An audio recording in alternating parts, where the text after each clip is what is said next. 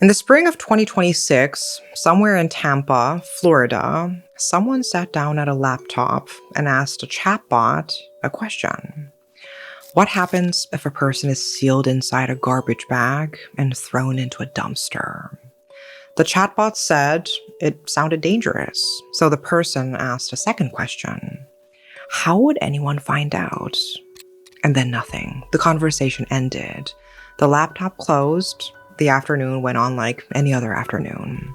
Police wouldn't learn whose hands were on that keyboard for weeks. And somewhere in that same city were two people who had no idea the question was about them. This is the case of Zamil Limon and Nahida Bristy. Let's begin.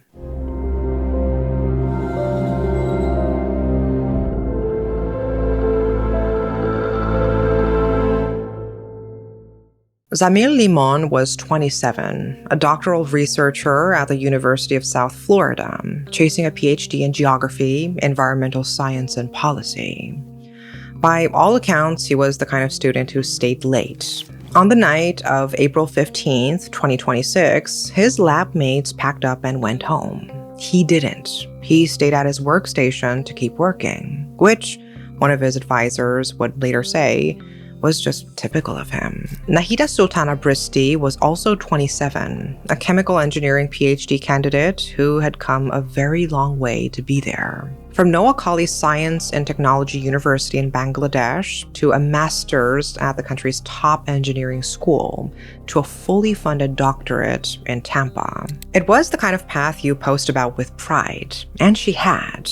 The two of them had a history. How much of one depended on who you asked, and that would turn out to matter. On the morning of April 16th, they were both still going about their lives. Zamil was last seen at the off-campus apartment he shared with two roommates, a few blocks from campus. Nahida was seen that morning at a science building on the USF campus, and then again around noon, caught on security video walking across the grounds in a light pink long-sleeve shirt and black pants. That evening, she was supposed to meet a friend to pick up a pair of eyeglasses. She never showed.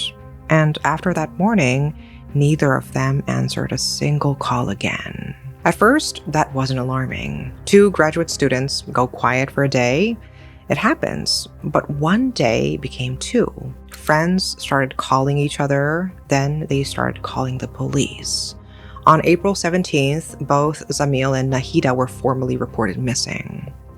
The investigators had almost nothing. Two people gone, no note, no scene, no obvious reason.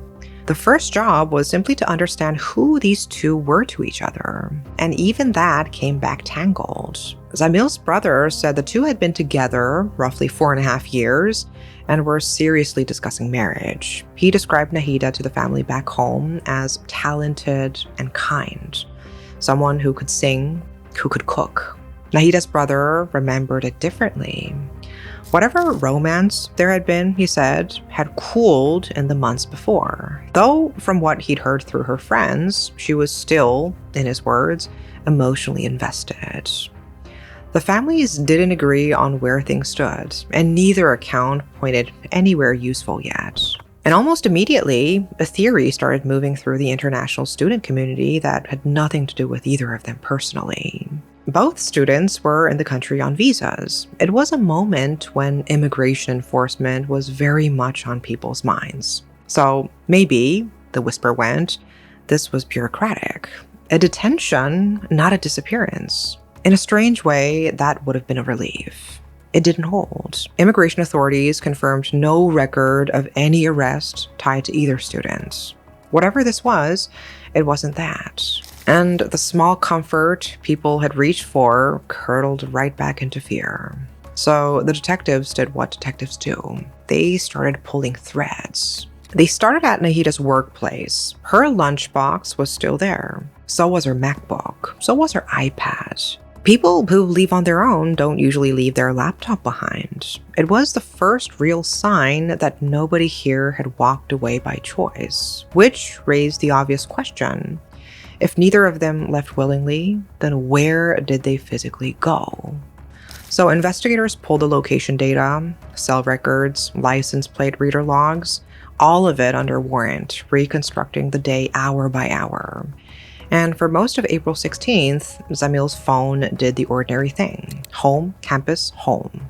Then, at 7:43 that evening, his phone jumped 32 miles away, out in the waterfront city of Clearwater. 10 minutes later, a white Hyundai Genesis turned up on traffic cameras in that same area.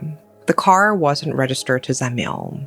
It was registered to one of his roommates, a man named Hisham Abu Garbieh. And from that point on, all through the night, the location data on both men's phones kept landing in the same places at the same times. The picture came together slowly, one ordinary-looking detail at a time. At 10:24 that night, a DoorDash order went in from Hisham's phone. Trash bags, Lysol wipes, and Febreze from a CVS on East Fowler Avenue. It hit the apartment door about half an hour later.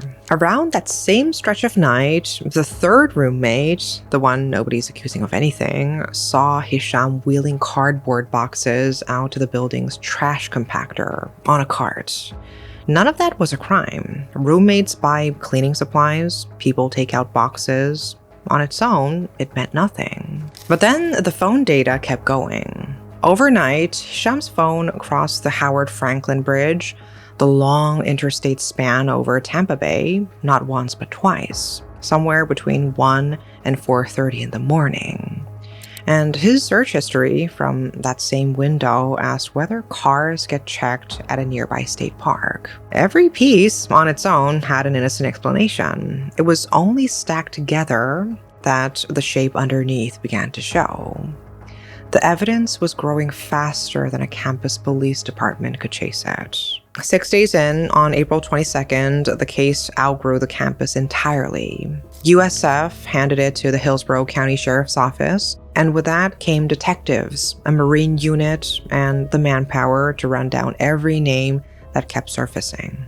And one name kept surfacing more than the rest. One of the first calls the sheriff's office made was to Hisham's own mother.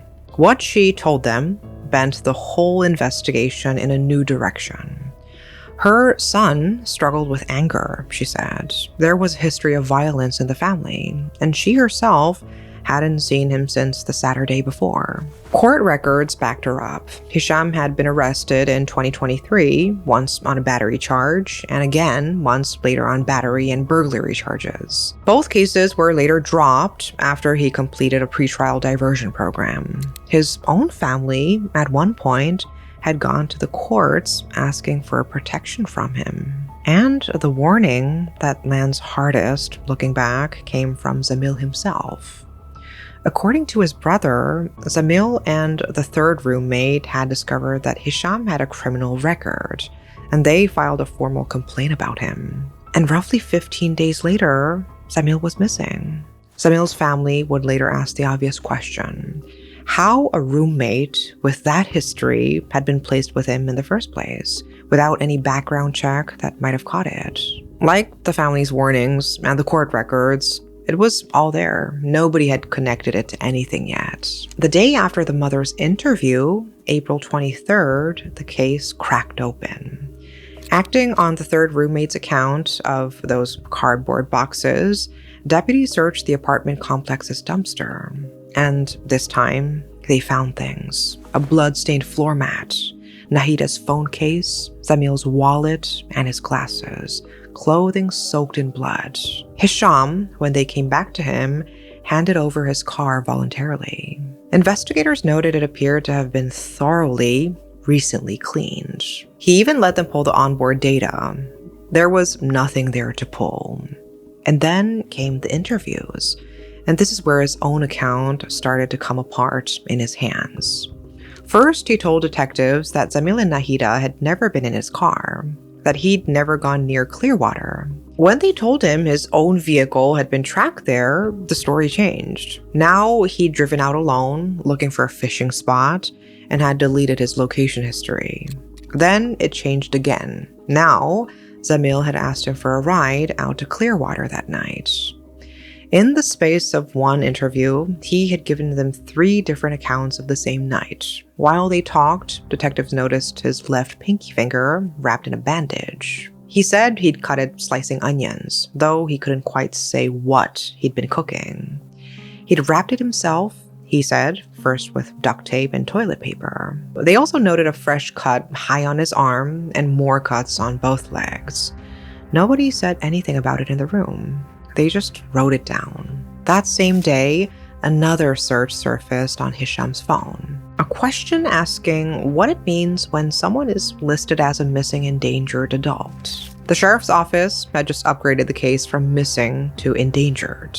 Dive teams and marine units fanned out along the bridge and the surrounding water, focusing on Sandkey Park, where the students' phones had last pinged. Volunteers walked the shoreline on foot. The search was narrowing, and still, nobody official had said the word murder. And that changed on April 24th. Following the phone data that put Hisham's car on the Howard Franklin Bridge in those early morning hours, detectives searched the bridge itself, and they found a black trash bag. One investigator said matched bags found under Hisham's bed. Inside were human remains. They belonged to Zamil. The details the sheriff would give were brutal. Zamil's hands and ankles had been bound. His legs, Sheriff Chad Chronister said, were almost completely severed, so the body could be folded to fit inside the bag. As gruesome as this murder was, the sheriff said, he was literally left on the side of the highway like a piece of trash. And before anyone had even tied that discovery back to the suspect, events were already moving on a completely different front. That same morning, deputies were called to a domestic disturbance at the Abergarbia family home. According to the arrest report, Hisham's younger sister had found him in the primary bedroom wearing only a towel. When she tried to leave, he grabbed her and tried to kiss her before she pushed away and locked herself in her room. By the time deputies arrived, Hisham had barricaded himself inside. SWAT was called, so was a bomb squad, so were crisis negotiators. After a standoff, he finally walked out with his hands up, still wearing nothing but that towel. He was taken into custody, and hours later, he was formally charged with 2 counts of first-degree murder, even though, at that point, only 1 body had been found. The following day, he made his first court appearance. Prosecutors laid it all out: 2 counts of murder, plus unlawfully moving a body, failing to report a death, tampering with evidence, false imprisonment, and battery. He was held without bond. The public defender's office said only that it wouldn't be commenting on the case. 2 days after that, on April 26, a group of kayakers fishing near the bridge felt their line snag on something in the water. It wasn't driftwood. It was another black trash bag tied shut the exact same way as the first, floating in the mangroves. This one, too, held human remains, so badly decomposed that identification took almost a week. But on April 30th, using DNA, dental records, and the very clothing she'd been photographed wearing on campus surveillance, investigators confirmed it. It was Nahida. She, too, had been stabbed multiple times. And in the search that followed, one small detail raised a question all its own. Nahida's campus ID and her credit cards were found not in her belongings, but inside Zamil's bedroom. In the kitchen, a trail of blood led toward Hisham's room and soaked into his carpet. A kitchen floor mat tested back to Nahida. Traces of her blood were on the floor of Hisham's car. Investigators believed they understood the sequence. The bodies wheeled out to that car on a cart, the same cart the third roommate had described, under cover of dark, and driven out toward the bridge. When detectives sat Hisham down and laid all of it in front of him, he didn't react. The sheriff later described him as callous, showing no emotion at all. Then the phone gave up the rest of it. Hisham had wiped the device, but a forensic recovery pulled the deleted history back anyway, and it showed he had been turning to a chatbot again and again over roughly 2 weeks. Laid alongside his Amazon orders, the timeline stopped looking like panic and started looking like planning. April 7th, 9 days before the two vanished, a single Amazon purchase, duct tape. April 11th, the order got specific. Heavy contractor-grade trash bags, charcoal, lighter fluid, fire starter. April 13th, 3 days before Zamil and Nahida were last seen, the chatbot conversation. What happens if a person is sealed inside a garbage bag and thrown into a dumpster? The bot said it sounded dangerous. And then the follow-up, how would anyone find out? The two questions that opened this case, dated and time-stamped, now had a name attached to them. April 15th, he asked the chatbot whether he could legally keep a gun at home without a license, and whether a car's VIN number could be changed. That same day, a fake beard shipped to his address. And the searches didn't stop once the two were already gone. Days later, he was still typing. Whether a neighbor would hear a gunshot, whether a certain water temperature would burn skin immediately, whether anyone has ever survived a sniper bullet to the head. Whatever he was working through, it hadn't ended with them. And here is the part that sits underneath all of it and never gets answered. Why?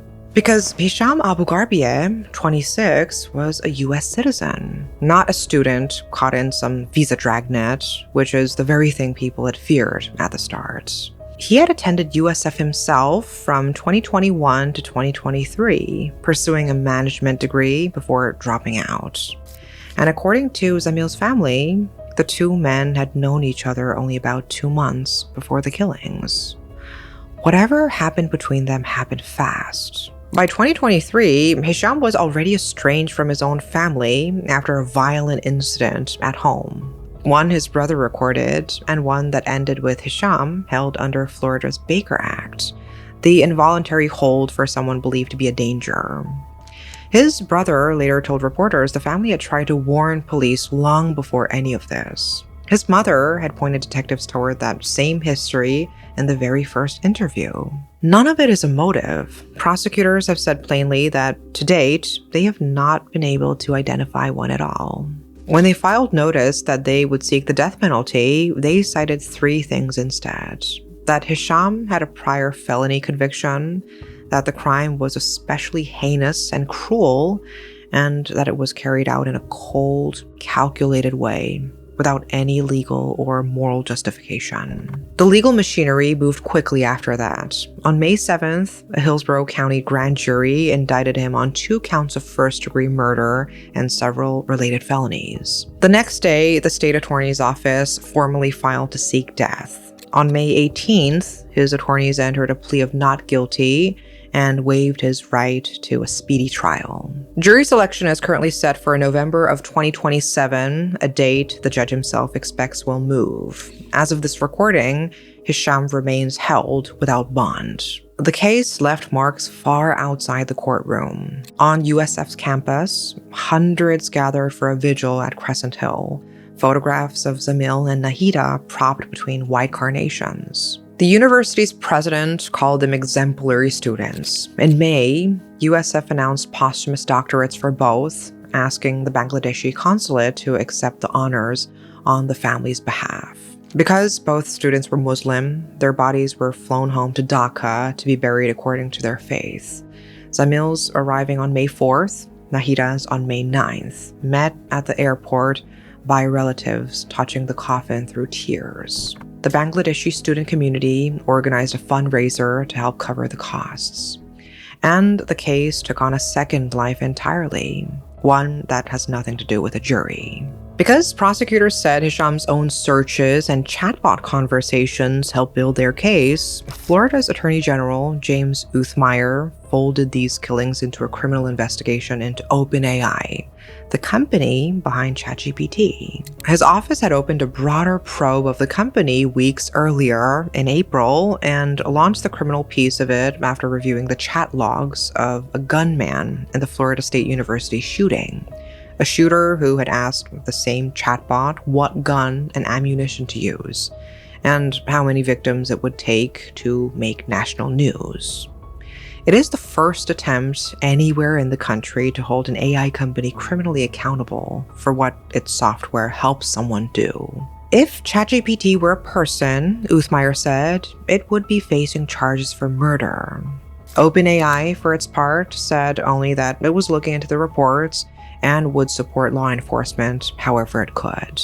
And it kept escalating. In June, Uthmeier's office went further still, filing the first lawsuit by any state against OpenAI, naming the company and its chief executive, Sam Altman, personally, and alleging in an 83-page complaint that ChatGPT had helped mass shooters and driven some users toward self-harm. The criminal investigation that this case became part of is still open, running alongside the suit.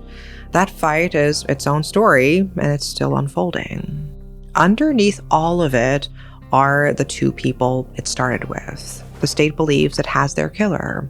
The forensic trail, the digital trail, and the physical evidence inside that apartment, all of it points the same direction. And a jury will eventually decide whether it adds up to a conviction. But knowing who, and even piecing together how, was never the same as understanding why. And that's the piece nobody, not the sheriff, not the prosecutors, not the family, has been able to answer. Two families sent their children thousands of miles from home to build a future.